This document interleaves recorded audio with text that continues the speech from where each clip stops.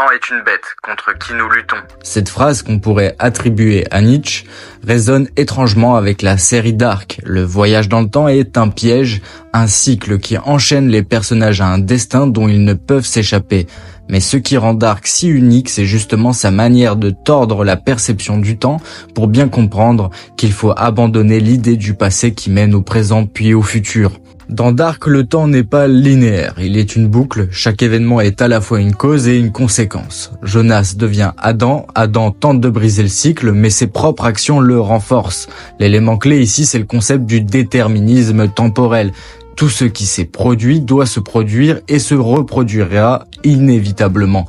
Ce n'est pas une question de choix, c'est une mécanique. La série introduit une autre idée fascinante. Le temps n'est pas unique, il se dédouble. Deux mondes existent, chacun influençant l'autre, chacun essayant de se libérer de la boucle. Et pourtant, chaque tentative d'évasion les replonge dans le même destin tragique.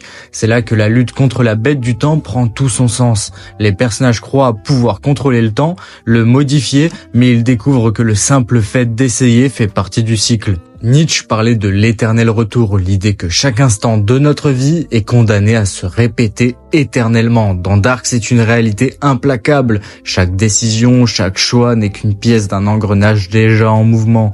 La série pousse cette logique à l'extrême en révélant que certains personnages existent parce que le cycle existe. Briser la boucle, c'est effacer leur propre existence. Mais alors, vous allez me dire, que faire à cette bête qu'est le temps ? La philosophie de Nietzsche offre une réponse. L'accepter plutôt que de lutter contre l'inévitable.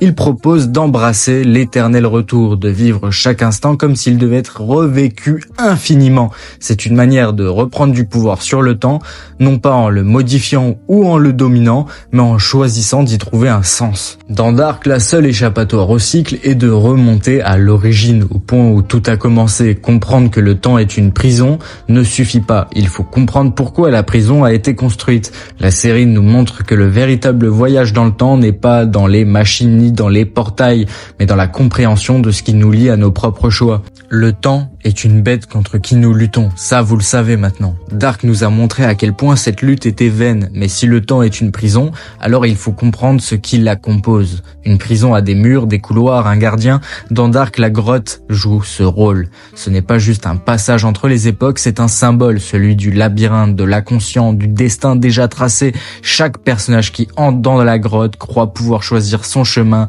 mais il ne fait que suivre un tracé qui existait avant lui. La première dimension est accessible et c'est celle du temps. En traversant la grotte, on peut émerger en 1953, 1986 ou 2019. Ces trois époques ne sont pas choisies au hasard. Elles forment un cycle de 33 ans, une trinité, clin d'œil, lié au retour synchronisé des astres.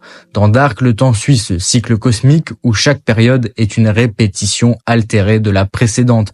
C'est la première fonction de la grotte, être une faille temporelle, un point de passage qui relie le passé, le présent et le futur en un même lieu. Ainsi, la grotte n'est pas qu'un passage, c'est un piège qui donne l'illusion du choix, qui offre plusieurs directions, plusieurs chemins, mais qui ramène toujours au même point. Ceux qui entrent dans la grotte pensent qu'ils voyagent alors qu'ils ne font que reproduire un schéma bien écrit avant eux. C'est le symbole parfait du déterminisme temporel de Dark. Peu importe la direction que vous allez prendre, vous finirez toujours par revenir à votre point de départ. C'est bel et bien la fin de cette revue. Si cette revue t'a plu, n'hésite pas à liker, partager. On se dit à la prochaine pour une prochaine vidéo. Bye.